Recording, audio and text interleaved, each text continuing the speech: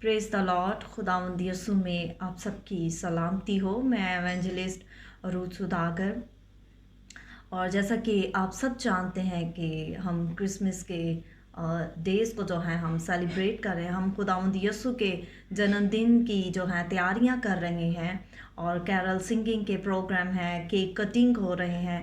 तो हम सब के लिए ये जानना बहुत ज़रूरी है कि हम जिस खुदावंद यीशु की जो है पहली आमद को हम सेलिब्रेट कर रहे हैं वो हमारे लिए कितना अहम है। हालेलुया।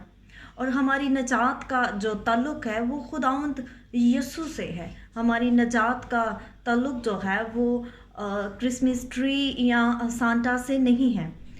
हाँ, अच्छी बात है कि हम अपने घरों को सजाते हैं, उसको हम डेकोरेशन के लिए हम सांता को रख सकते हैं, डेकोरेशन के लिए हम क्रिसमस ट्री को रख सकते हैं। लेकिन हम सिर्फ अपने खुदावंद यीशु को ही सिजदा करते हैं और उसके आगे ही झुकते हैं और उसी को ऑनर करते हैं और सच्चे और जिंदा खुदावंद यीशु की जो खुदा बाप के दाहिने हाथ बैठा है उसकी वर्शिप करते हैं।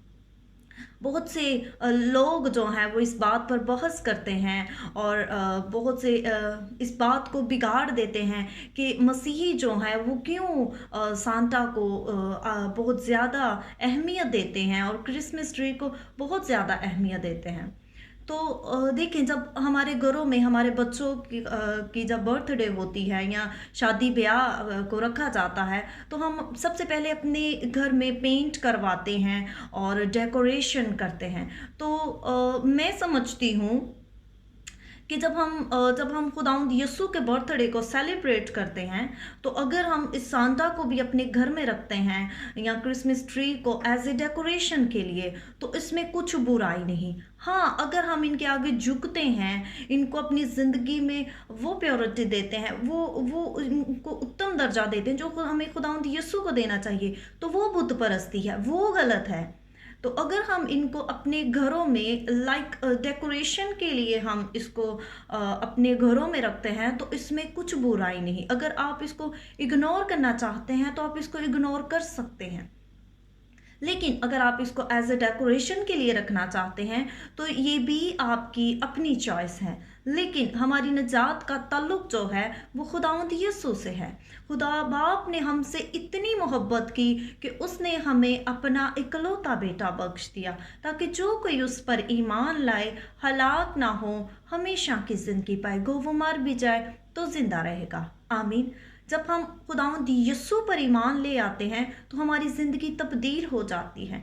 जब हम खुदावंद यीशु के नाम से बपतिस्मा लेते हैं तो पाकरू वादी के मुताबिक हमें मिल जाता है और हमें खुदावंद यीशु को अपनी ज़िंदगी में उत्तम दर्जा देना है, वो काम करना है जो उसकी नज़र में अच्छा है। और क्रिसमस जो है वो हम हर रोज़ चाहें तो हम अपनी ज़िंदगी में उसको हर रोज़ भी जो है सेलिब्रेट कर सकते हैं। वो इस तरह से हम उसको क्रिसमस को अपनी ज़िंदगी में सेलिब्रेट कर सकते हैं कि खुदावंद यीशु आए, खुदावंद यीशु हमारे लिए आए और निजात का सारा इंतज़ाम जो है वो खुदावंद यीशु ने खुदा बाप ने हमारे लिए कर दिया। और खुदावंद यीशु का मतलब यीशु का मतलब ही ये है कि यहोवा हमारी निजात। तो जब खुदा ने हमारी निजात के लिए सारा इंतज़ाम कर दिया, सारा प्लान कर दिया, तो उन्होंने हमारे लिए अपने इकलौते बेटे खुदावंद यीशु को हमारे लिए भेजा। और खुदा खुद जो है वो हमारे लिए आसमान से ज़मीन पर मुजस्सिम होकर आ गया। तो जब हम इसको बहुत ज़्यादा दुनियावी तौर पर हम जो है इस दुनिया में रहते हुए उसकी पहली आमद को बहुत अच्छे तरीके से सेलिब्रेट करते हैं, बहुत जोशो खरोश से सेलिब्रेट करते हैं, तो हमें उसकी दूसरी आमद के लिए भी तैयार होने की, प्रिपेयर होने की बहुत ज़रूरत है।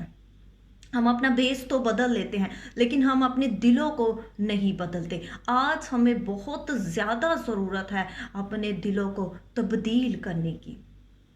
जिन लोगों को आपकी ज़रूरत है, अगर खुदा ने आपको बहुत बरकत दी हुई है, आपके पास खुदावंद का दिया हुआ सब कुछ है, तो अपने जो है अपनी पॉकेट को जो है वो खाली करें ताकि खुदावंद जब आप खाली करेंगे तो आपको और दिया जाएगा।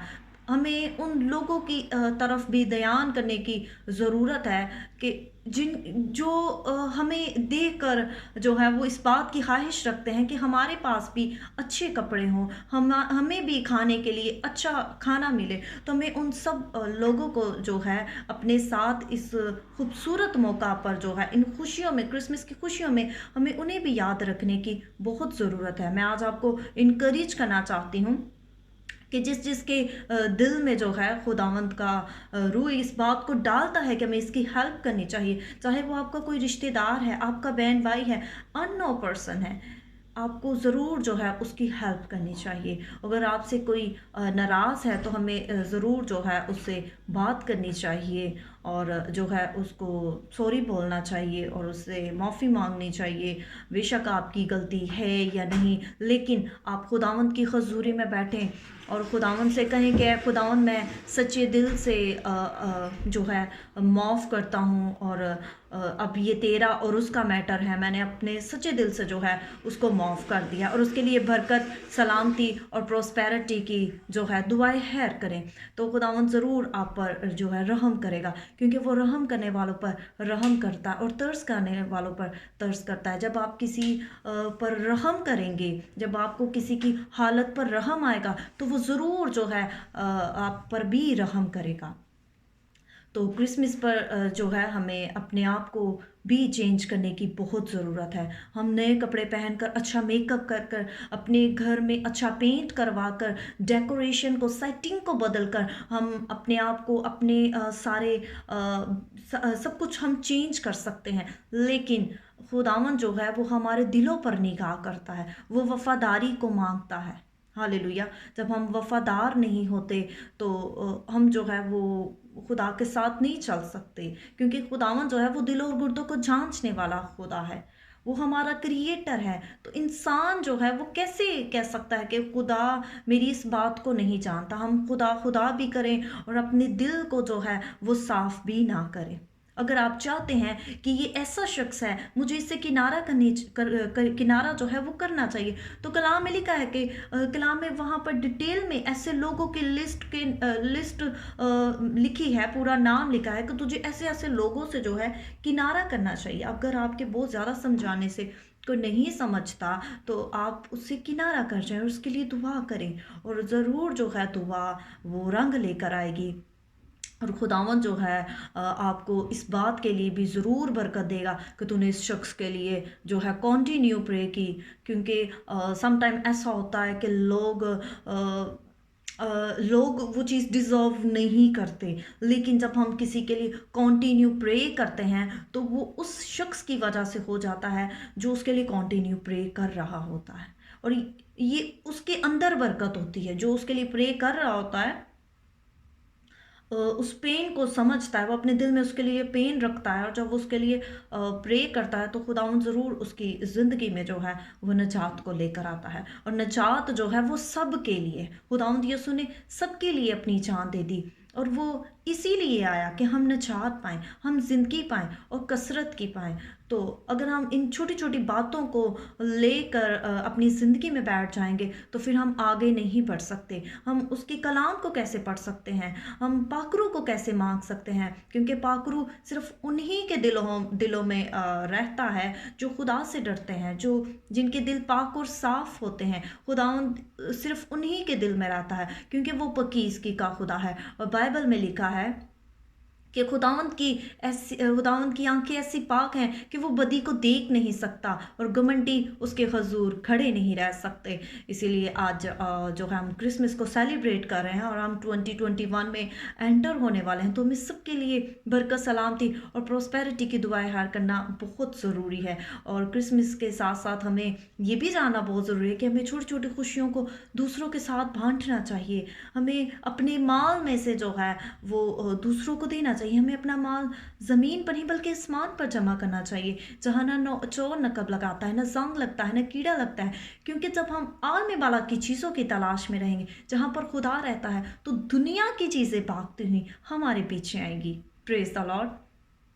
और हमेशा मैंने अपनी ज़िंदगी में ये चीज़ सीखी है, जब हम हमेशा, और खुदा का कलाम भी हमें ये बताता है कि हम जब हम बीज बोते हैं तो हम उसकी लाजमी ज़रूर, ये खुदा का वादा है, और हम ज़रूर जो है वो फसल को काटते हैं। तो अगर आप दूसरों के लिए कुछ करना चाहते हैं तो ज़रूर अपने बीज को बोइए और दूसरों की हेल्प कीजिए। आपके नज़दीक हैं, जो लोग आपसे दूर हैं, जिसके लिए भी खुदा आपके दिल में डालता है, आप ज़रूर क्रिसमस की खुशियों को दूसरों के साथ सेलिब्रेट करें, क्योंकि खुदावन जो है वो बहुत मेहरबान है। और जब हम अपनी पॉकेट्स को खाली नहीं करेंगे तो वो नई बरक़ात को आपकी ज़िंदगी में कैसे लेकर आएगा। अगर आप चाहते हैं कि आपके बंधन टूटे, जुएँ टूटें, बंद दरवाजे खुलें, तो बीज बोना शुरू कर दें। अभी मौका है, आप क्रिसमस पे अपने बीज को अच्छी जगह पर बो सकते हैं।